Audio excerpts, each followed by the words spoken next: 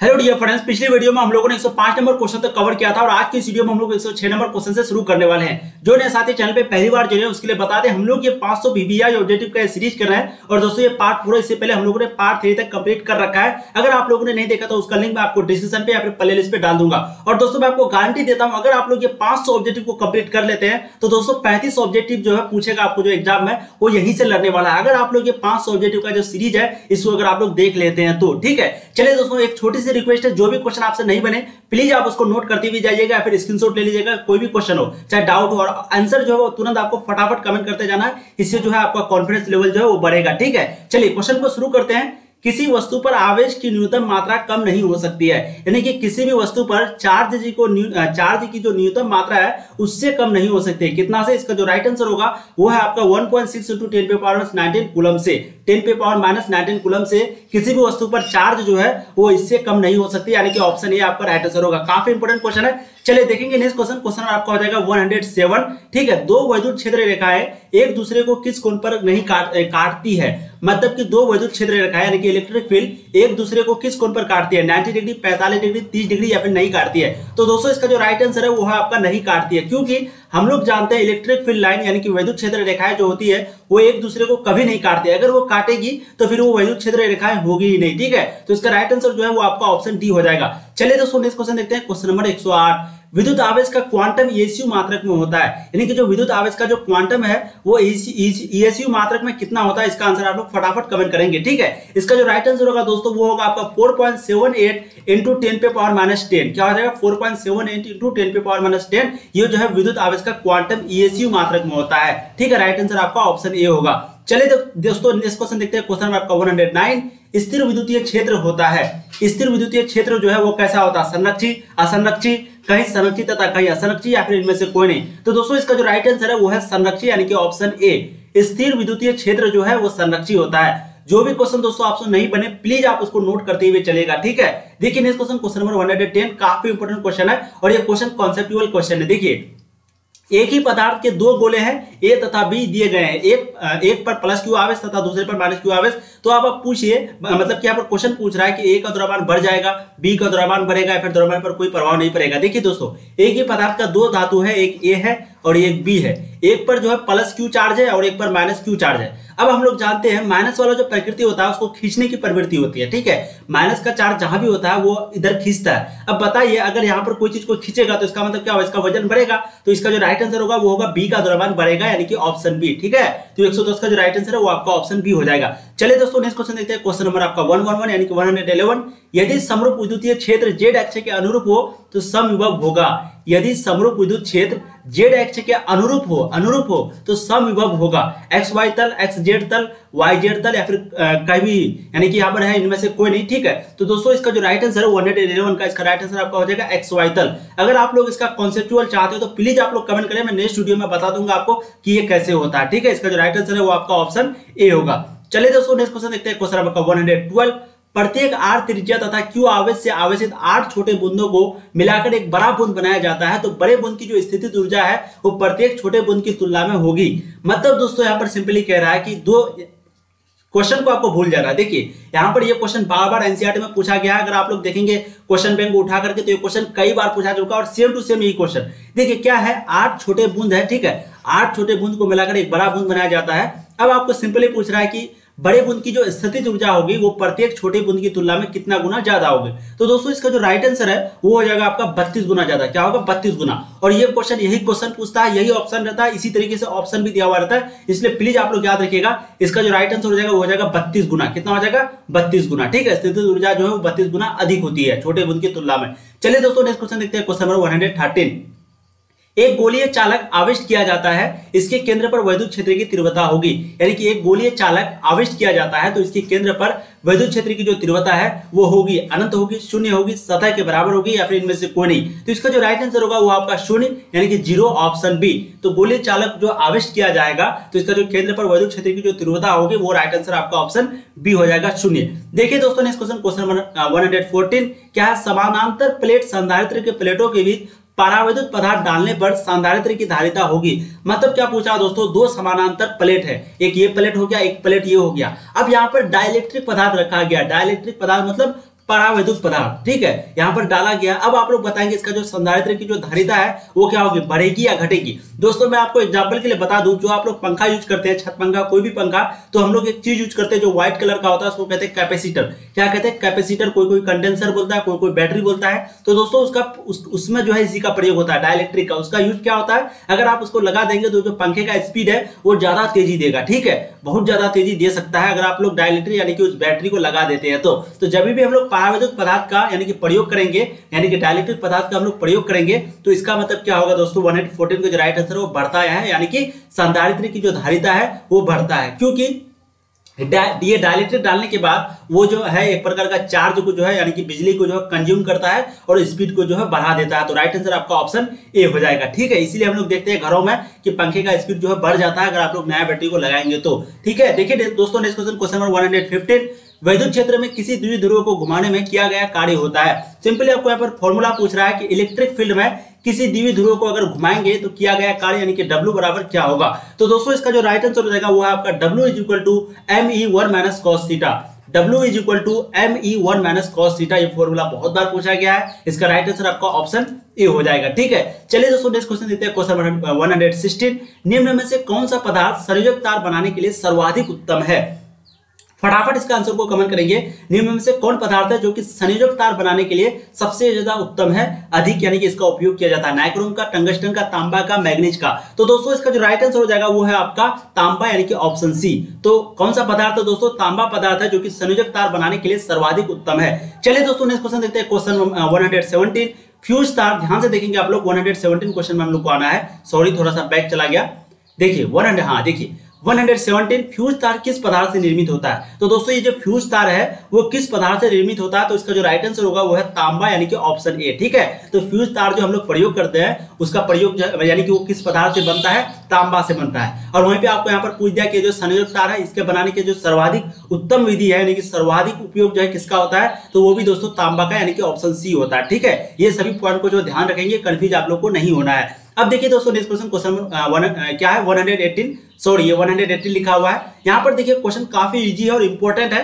3 प्रतिरोधक मैं पहले भी करा चुका हूँ, 3 प्रतिरोधक जिनमें से प्रत्येक का जो प्रतिरोध है यानी कि रेसिस्टेंस है वो R है, ठीक है, और वो अलग अलग तरीकों से संयोजित यानी कि जोड़ा गया है। अब बताएंगे इनमें से कौन प्राप्त नहीं हो सकता। यहाँ पर नहीं को ध्यान देंगे, क्वेश्चन को जल्दी नहीं पढ़ेंगे। देखिए 3R को देखते हैं, R/3 को देखते हैं, 2R/3 को देखते हैं, तो लगभग सेम लगता है 3 3 3, लेकिन 2R/4 को देखते हैं, ये थोड़ा सा डिफरेंट लगता है। तो इसका मतलब इसका जो राइट आंसर है वो आपका ऑप्शन बी हो जाएगा। कभी कभी इस तरीके से भी आंसर लगाया जाता है, ठीक है। चलिए दोस्तों नेक्स्ट क्वेश्चन देखते हैं, क्वेश्चन नंबर 119, एक 10 ओम तार की लंबाई को खींचकर तिगुना लंबा कर दिया जाता है तो तार का नया प्रतिरोध होगा। दोस्तों हम लोग ये जानते हैं अगर आप लोग मोटा तार का प्रयोग करेंगे, अगर मोटा तार का प्रयोग करेंगे तो वो उसमें जो इलेक्ट्रिसिटी है यानी कि जो विद्युत धारा है वो बहुत ज्यादा प्रभावित होती है, उसमें रेसिस्टेंस जो है वो बहुत कम हो जाती है। अगर आप लोग मोटा तार को प्रयोग करेंगे तो जो उसका जो रेसिस्टेंस है तार का वो कम हो जाती है और हम लोगों को बिजली जो है वो ज्यादा मिलती है। अब वहीं पे यहाँ पर बोल रहा है कि 10 ओम तार की लंबाई को खींचकर तिगुना कर दिया, यानी कि लंबाई मान लेते हैं अगर x होगा तो इसको कर दिया 3x। अब आपको पूछ रहा है कि तार का जो नया प्रतिरोध है क्या होगा। तो सबसे पहले तो आप दिमाग में रखिए कि तार का जो प्रतिरोध है वो बढ़ चुका है। अब पहले 10 ओम था, तो दोस्तों अब जो है इसका जो राइट आंसर हो जाएगा वो हो जाएगा आपका ऑप्शन सी 90 ओम। क्या हो जाएगा आपका ऑप्शन सी 90 ओम, ठीक है। तो राइट आंसर कैसे हम लोग निकाले, तो इसका जो सिंपली फॉर्मूला होता है 2r² होता है, 2r² और 2 इंटू आर की जगह हम लोग रख देंगे 3 गुना को, तो 3 इंटू 3 9, तो 3 4 9, सॉरी 2r² होता है यहाँ पर। सॉरी एक सेकंड में इसका फॉर्मूला को आपको अच्छे से ड्राइव कर देता हूँ क्योंकि ये क्वेश्चन बहुत बार पूछा गया है। इसका जो दोस्तों बेसिकली फॉर्मूला होता है वो ये होता है कि यहाँ पर 10 ओम आपका चार्ज दिया हुआ है, ठीक है। अगर आप लोग चाहते हैं इसी तरह का क्वेश्चन को सॉल्व करना तो प्लीज आप लोग कमेंट कीजिएगा, मैं नेक्स्ट वीडियो इसी पे बना दूंगा। लेकिन यहाँ पे बता दे रहा हूँ 10 ओम की तार की लंबाई को खींचकर जो तिगुना कर दिया, मतलब क्या हुआ कि पहले 10 ओम था अब उसको तिगुना कर दिया गया। तो इसका जो फॉर्मूला होता है वो रियल में ये होता है कि ओम को जो है r² से मल्टीप्लाई कर देंगे और ये r² क्या है जितना गुना आप लोग बढ़ाए, तो ये 3 गुना है तो 3 इंटू 3, ठीक है, ये शॉर्टकट तरीका है। और यहाँ पर 10 से गुना कर देंगे, 10 आपका ओम दिया हुआ था और 3 गुना 3 9 हो गया, 9 90। तो राइट आंसर आपका ऑप्शन सी हो जाएगा 90, ठीक है। आपका राइट आंसर क्या हो जाएगा ऑप्शन सी। जब भी हम लोग तार की लंबाई को बढ़ाएंगे तो ये जो है आपका क्या होता है इसको यानी कि रेसिस्टेंस जो है प्रतिरोध जो है वो हमेशा बढ़ता है। चलिए दोस्तों नेक्स्ट क्वेश्चन देखते हैं, क्वेश्चन नंबर 120, काफी इंपोर्टेंट क्वेश्चन है। यहाँ पर देखिए एक 220 वोल्ट और 1000 वाट का बल्ब को 220 वोल्ट है उस बल्ब का और 1000 वाट है, उसको जब हम लोग 110 यानी कि जहां से बिजली पैदा होती है उससे हम लोग कनेक्ट करते हैं, 110 वोल्ट होता है उसका पावर, ठीक है। अब बल्ब के द्वारा जो खपत की गई शक्ति होगी वो क्या होगी, शक्ति को हम लोग वाट से डिनोट करते हैं, शक्ति को हम लोग वाट से डिनोट करते हैं। अब यहाँ पर सिंपली पूछ रहा है कि कोई बल्ब है जिसका वोल्ट दिया हुआ है और यहाँ पर ये शक्ति भी दिया हुआ है। अब उसको जो 110 वोल्ट स्रोत से जोड़ा जाता है तो बल्ब द्वारा जो खपत की गई जो मतलब की शक्ति होगी वो क्या होगी, आपको बेसिकली ये क्वेश्चन पूछ रहा है। तो दोस्तों इसका जो राइट आंसर होगा वो हो जाएगा आपका 250 वाट, यानी कि ऑप्शन सी। क्या हो जाएगा आपका, ऑप्शन सी 250 वाट, ठीक है। चलिए दोस्तों नेक्स्ट क्वेश्चन देखते हैं। 120 का राइट आंसर आपका ऑप्शन सी हो जाएगा। देखेंगे नेक्स्ट क्वेश्चन, क्वेश्चन नंबर 121, त्वरित आवेश उत्पन्न करती है। फटाफट आप लोग कमेंट करेंगे जो त्वरित चार्ज है, त्वरित आवेश है, वो कौन उत्पन्न करता है, अल्फा किरणें, गामा किरणें, बीटा किरणें, विद्युत चुंबकीय तरंग। क्योंकि ये क्वेश्चन भी बहुत बार आपके बोर्ड एग्जाम में पूछा जा चुका है। इसका जो राइट आंसर होगा वो हो जाएगा आपका दोस्तों विद्युत चुंबकीय तरंग, यानी कि ऑप्शन डी। तो त्वरित आवेश कौन उत्पन्न करती है, विद्युत चुंबकीय तरंग। क्या है, विद्युत चुंबकीय तरंग, ठीक है। चलिए दोस्तों नेक्स्ट क्वेश्चन देखते हैं। क्वेश्चन नंबर 122, 30 डिग्री सेल्सियस पर आवेशित कण चुंबकीय क्षेत्र में प्रवेश करता है तो उसका पथ जो है वो हो जाता है, यानी कि जब आवेशित कण जो है वो चुंबकीय क्षेत्र में प्रवेश करेगा 30 डिग्री टेम्परेचर पर तो उसका जो पथ है वो कैसा हो जाएगा, वृत्तकार हो जाएगा, हेलिकल हो जाएगा, दीर्घवृत्तीय हो जाएगा, फिर सीधी रेखा हो जाएगा। तो दोस्तों इसका जो राइट आंसर है वो है हेलिकल, यानी कि ऑप्शन बी, ठीक है। तो उसका जो पथ है वो हेलिकल हो जाता है, ऑप्शन बी आपका राइट आंसर होगा 122 का। अब देखेंगे दोस्तों नेक्स्ट क्वेश्चन, क्वेश्चन नंबर 123, एक संयुक्त सूक्ष्मदर्शी के अभिदृश्य लेंस से बना प्रतिबिंब काल्पनिक व छोटा होता है, वास्तविक व छोटा होता है, वास्तविक व बड़ा होता है, काल्पनिक व बड़ा होता है। यहाँ पर देखिए क्वेश्चन हम लोग मॉडर्न फिजिक्स का क्वेश्चन है, काफी इंपोर्टेंट क्वेश्चन, ये क्वेश्चन बहुत बार रिपीट किया गया है। यहाँ पर सिंपली क्वेश्चन पूछ रहा है कि संयुक्त सूक्ष्मदर्शी के अभिदृश्य लेंस से बना जो प्रतिबिंब होता है, यानी कि इससे जो बना प्रतिबिंब होता है वो कैसा होता है, उसका प्रकृति, उसका नेचर आपको पूछ रहा है, ठीक है। इसका जो राइट आंसर होगा वो है वास्तविक व बड़ा, यानी कि ऑप्शन सी। क्या है, वास्तविक व बड़ा। चलिए दोस्तों नेक्स्ट क्वेश्चन देखते हैं। क्वेश्चन नंबर 124, एक उत्तल लेंस को ऐसे द्रव में डुबाया जाता है जिसका जो अपवर्तनांक है वो लेंस के पदार्थ के अपवर्तनांक के बराबर होते हैं, तो लेंस की जो फोकस दूरी है वो क्या होगी, घटेगी, बढ़ेगी, अनंत होगी, शून्य होगी। तो लेंस का जो एक पॉइंट दिया गया है, एक उत्तल लेंस को एक ऐसे द्रव में डुबाया जाता है जिसका जो अपवर्तनांक लेंस के जो पदार्थ है अपवर्तनांक के जो बराबर होता है, यानी कि जिसका जो अपवर्तनांक है वो लेंस के पदार्थ के अपवर्तनांक के बराबर होता है, ठीक है। तो लेंस की फोकस दूरी क्या होगी, तो दोस्तों इसका जो राइट आंसर हो जाएगा वो हो जाएगा आपका अनंत होगी, यानी कि इन्फिनिटी, ऑप्शन बी। क्या हो जाएगा, इन्फिनिटी, यानी कि अनंत, ठीक है। ऑप्शन बी आपका राइट आंसर होगा। देखिए दोस्तों नेक्स्ट क्वेश्चन, क्वेश्चन नंबर 125, दूरदृष्टि दोष को दूर करने के लिए प्रयुक्त लेंस होता है। काफी इंपोर्टेंट क्वेश्चन है, 10th क्लास में भी लोग पढ़े हैं और यहाँ पर आपका 12th क्लास में भी आ चुका है। दूरदृष्टि दोष को अगर दूर करेंगे तो कौन सा लेंस का प्रयोग किया जाता है, इसका जो राइट आंसर है वो है उत्तल लेंस, यानी कि ऑप्शन ए। क्या है, उत्तल लेंस। तो दूरदृष्टि दोष को दूर करने के लिए उत्तल लेंस, निकट दृष्टि को दूर करने के लिए अवतल लेंस, ठीक है। इस तरीके से हम लोग जो है इसको देखेंगे, यानी कि इस पॉइंट को कंफ्यूज में हम लोग को नहीं होना, ध्यान रखना है। अक्सर इसमें जो है लोग गलती कर देते हैं, दूरदृष्टि और ये पता नहीं क्या क्या बोल के, लेकिन आप लोग को प्लीज ध्यान देना है यहाँ पर, ठीक है। देखिए अब नेक्स्ट क्वेश्चन, क्वेश्चन नंबर 126, किसी प्रिज्म पर एक वर्णी प्रकाश, एक वर्णी मतलब श्वेत प्रकाश भी बोल सकते हैं या फिर एक कलर का प्रकाश भी बोल सकते हैं, ठीक है। तो किसी प्रिज्म है जिस पर एक वर्णी प्रकाश के आपतित होने पर निम्न में से कौन सी घटना नहीं होती है, वो आपतित हुआ तो कौन सी घटना होती है, सॉरी यहाँ पर लिखा हुआ होती है, वर्ण विक्षेपण, विचलन, व्यक्तिकरण या फिर उपरोक्त सभी। तो दोस्तों बहुत बच्चे हैं जहाँ की उपरोक्त सभी लगाते हैं, लेकिन आपको मालूम है 1-2% केस में होता है, 1-2% केस में होता है कि ये उपरोक्त सभी वाला जो आंसर है वो हमेशा सही नहीं होता है। ये लगभग हमेशा सही होता है, लेकिन 1-2%, 98% ही होता है, 1-2% में ये सही नहीं होता, इसलिए आप लोग को क्वेश्चन पढ़ के लगाना, ठीक है। इसका जो राइट आंसर होगा वो हो जाएगा आपका विचलन, यानी कि ऑप्शन बी, ठीक है। तो किसी प्रिज्म पर एक वर्णी प्रकाश के आपतित होने पर विचलन की जो घटना होती है। चलिए दोस्तों नेक्स्ट क्वेश्चन देखते हैं। क्वेश्चन नंबर 127, मानव नेत्र का विभेदन क्षमता होता है। यहाँ पर विभेदन क्षमता का क्या मतलब होता है, मानव नेत्र का विभेदन क्षमता का मतलब क्या होता है, कोई मानव नेत्र है जो कि पृथ्वी से ही चंद्रमा को देख रहा है, चांद को देख रहा है, 100 किलोमीटर दूर देख रहा है, और वहां पर कोई चीज को अगर यहां से यहां लेके जाएंगे, यहां से यहां लेके जाएंगे तो हम लोगों का जो नेत्र है उसको बराबर दिखेगा, ठीक है। ये होता है मानव नेत्र का विभेदन क्षमता। अब यहाँ पर मिनट में होता है, यहाँ पर सिंपल मिनट में पूछा हुआ, इसका मतलब क्या हुआ कि 1/60, ये भी मिनट में है, ये भी 1 मिनट है, 10 मिनट है, 1/2 यानी कि हाफ मिनट है। यहाँ पर मिनट में आपको क्वेश्चन पूछा है, तो इसका जो राइट आंसर होगा वो हो जाएगा आपका ऑप्शन डी, हाफ मिनट। तो मानव नेत्र का जो विभेदन क्षमता है वो मिनट में यानी कि हाफ मिनट होता है, ठीक है। अब देखेंगे नेक्स्ट क्वेश्चन, क्वेश्चन नंबर 128, जब किसी आम मापी को शंट किया जाता है, शंट किया जाता है तो इसकी सीमा क्षेत्र जो है वो क्या होता है, बढ़ती है, घटती है, स्थिर होती है या फिर इनमें से कोई नहीं। तो दोस्तों जब भी हम लोग किसी आम मापी को शंट करते हैं तो इसका जो सीमा क्षेत्र है, ठीक है, वो जो है आपका बढ़ती है, यानी कि ऑप्शन ए आपका राइट आंसर होगा। क्या होती है, सीमा क्षेत्र बढ़ती है। चलिए दोस्तों नेक्स्ट क्वेश्चन देते हैं। क्वेश्चन नंबर 129, काफी इंपोर्टेंट क्वेश्चन है, क्वेश्चन को आप लोग ध्यान से पढ़िए।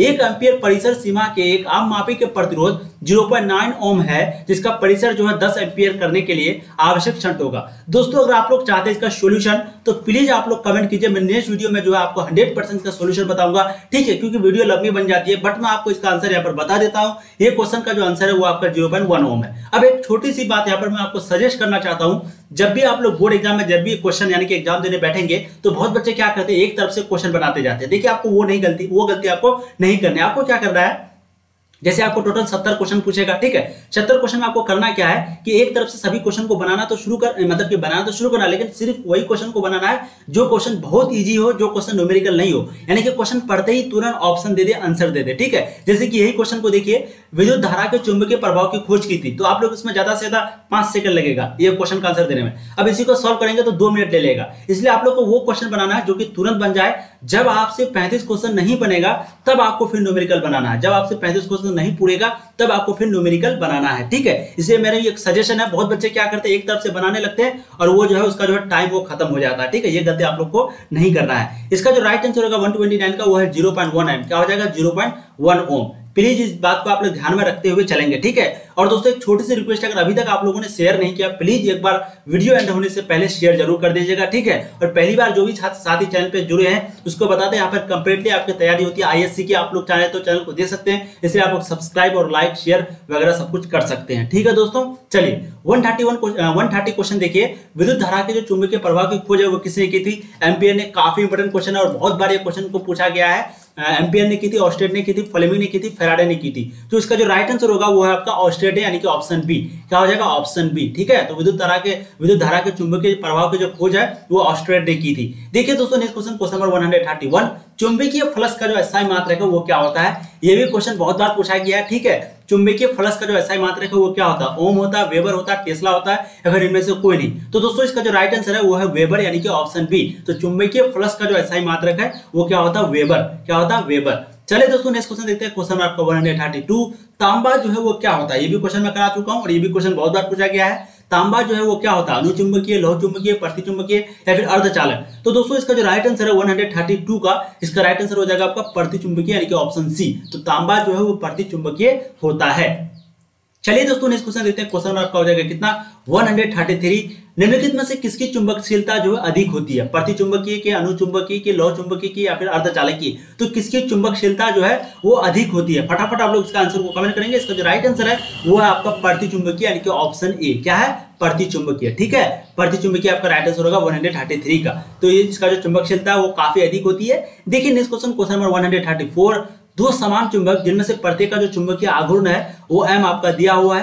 अब परस्पर लंबवत यानी कि दोनों एक दूसरे के 90 डिग्री पर रखे जाते हैं, ठीक है। एक क्रॉस का चिन्ह बनाते हैं, वो एक परस्पर लंबवत 90 डिग्री रखा जाता है और एक क्रॉस का जो चिन्ह भी बनाता है। तो निकाय का जो परिणामी चुंबकीय आघूर्ण है क्या होगा, तो परिणामी चुंबकीय आघूर्ण यहाँ पर सिंपली आपको फॉर्मूला पूछा है। इसका जो राइट आंसर हो जाएगा वो हो जाएगा √2m यानी कि ऑप्शन सी। क्या हो जाएगा आपका, ऑप्शन सी, ठीक है। चलिए दोस्तों नेक्स्ट क्वेश्चन देते हैं, क्वेश्चन नंबर 135, एक प्रबल विद्युत चुंबक बनाने के लिए कौन सी वस्तु बहुत अधिक उपयुक्त होगी। यानी कि एक प्रबल विद्युत चुंबक हम लोग जब बनाएंगे तो कौन सी वस्तु है जो कि बहुत अधिक उपयुक्त होगा। फटाफट आप लोग कमेंट करेंगे, प्रबल विद्युत चुंबक बनाने के लिए कौन सा वस्तु जो है वो ज्यादा उपयोगी होता है। इसका जो राइट आंसर है वो है नरम लोहा यानी कि ऑप्शन डी। क्या है, नरम लोहा, ठीक है। तो विद्युत चुंबक यानी कि प्रबल विद्युत चुंबक बनाने के लिए नरम लोहा का प्रयोग ज्यादा किया जाता है। देखिए दोस्तों नेक्स्ट क्वेश्चन नंबर 136, जब किसी कुंडली के निकट किसी चुंबक का दक्षिणी ध्रुव दूर ले जाया जाता है तब उसमें उत्पन्न प्रेरित विद्युत धारा का जो दिशा होती है, यानी कि जब किसी कुंडली के निकट किसी चुंबक का दक्षिणी ध्रुव को, ठीक है, दक्षिणी ध्रुव दूर ले जाया जाता है तब उसमें जो उत्पन्न प्रेरित विद्युत धारा होती है उसकी दिशा क्या होती है, वामार्त, दक्षिणावर्त, कभी वामार्त या फिर कभी दक्षिणावर्त। तो दोस्तों 136 का जो राइट आंसर है वो है आपका डी, इनमें से कोई नहीं, ठीक है। बिल्कुल यहाँ पर जो दिशा दिया हुआ वो सभी गलत है, यहाँ पर राइट आंसर आपका ऑप्शन डी होगा। चलिए दोस्तों नेक्स्ट क्वेश्चन देखते हैं, क्वेश्चन 137, एक चुंबक एक बंद चालक के निकट स्थित है तो चालक में जो धारा उत्पन्न की जाएगी वो कितनी, यानी कि वो कैसी होगी, केवल चुंबक गतिशील होगी, केवल चालक गतिशील होगी, या चुंबक और चालक दोनों, या फिर चालक और चुंबक के बीच अपेक्षित गति होगी, ठीक है। तो दोस्तों जब भी हम लोग एक चुंबक एक बंद चालक के निकट अगर स्थित होगा और चालक में अगर धारा उत्पन्न करेंगे तभी कर सकते हैं जब चालक और चुंबक के बीच आपेक्षिक गति हो। चालक और चुंबक के बीच आपेक्षिक गति हो तभी हम लोग धारा उत्पन्न कर सकते हैं उस चालक में, ठीक है। तो राइट आंसर आपका ऑप्शन डी हो जाएगा। देखिए दोस्तों नेक्स्ट क्वेश्चन नंबर 138, प्रेरण कुंडली से प्राप्त होता है। ये जो प्रेरण कुंडली है इससे हम लोगों को क्या प्राप्त होता है, इसको जो राइट आंसर है वो है निम्न धारा परबल विद्युत वाहक बल, यानी कि ऑप्शन बी क्या है, निम्न धारा परबल विद्युत वाहक बल। तो प्रेरण कुंडली से हम लोगों को निम्न धारा परबल विद्युत वाहक बल प्राप्त होता है। ठीक है, देखिए नेक्स्ट क्वेश्चन नंबर 139, क्षर में प्रेरित विद्युत वाहक बल का मान होता है, यानी कि सिंपली आपको फॉर्मूला पूछ रहा है, क्षर में जो प्रेरित विद्युत वाहक बल का जो फॉर्मूला है वो क्या होता है, इसका जो राइट आंसर हो जाएगा वो है आपका BLV, ऑप्शन ए क्या है, BLV। चलिए दोस्तों नेक्स्ट क्वेश्चन देखते हैं, क्वेश्चन नंबर 140 क्या है, अन्योन्य प्रेरण यानी कि म्यूचुअल इंडक्शन का जो एसआई मात्रक है वो क्या होता है, और काफी इंपॉर्टेंट क्वेश्चन है, अन्योन्य प्रेरण यानी कि म्यूचुअल इंडक्शन का जो एसआई मात्रक है वो क्या होता है, इसका जो राइट आंसर होगा वो आपका हेनरी, यानी कि ऑप्शन ए क्या हो जाएगा, हेनरी। तो दोस्तों आज हम लोगों ने 140 यानी कि पार्ट 4 में 140 तक कवर कर चुके हैं। पार्ट 1 अगर आप लोग नहीं देखें प्लीज आप जाइए, आपको लिंक मिल जाएगा आपको डिस्क्रिप्शन पे, पार्ट 2 का भी, पार्ट 3 का भी, पार्ट 4 का तो यहाँ पर आपने देख लिया। अगर आप ये वीडियो बाद में देख रहे हैं तो पार्ट 5 का भी लिंक जो है आपको डिस्क्रिप्शन पे या फिर आप प्लेलिस्ट में जाकर के जरूर देख लीजिए। ठीक है, और हम लोग ये 500 VBI ऑब्जेक्टिव का सीरीज कर रहे हैं दोस्तों, और काफी इंपोर्टेंट है। अगर आप लोग इसको देख लेते हैं सभी क्वेश्चन को तो मैं गारंटी फिर से बता रहा हूँ 100% गारंटी कि आपका 35 क्वेश्चन जो है यहीं से लड़ेगा। ठीक है दोस्तों 100%। चलिए फिर मिलेंगे नया वीडियो में, प्लीज एक बार शेयर कर दीजिएगा अपने दोस्तों को, जो भी आपके दोस्त हैं साथी हैं और पहली बार चैनल पे जुड़े, लाइक शेयर कर दीजिएगा। आप लोग पढ़ाई करते रहिए, ऑल द वेरी बेस्ट। इसी तरीके से हम लोग जो है केमिस्ट्री और बायोलॉजी का भी करवाते हैं, बिल्कुल इसी तरीके से। ठीक है।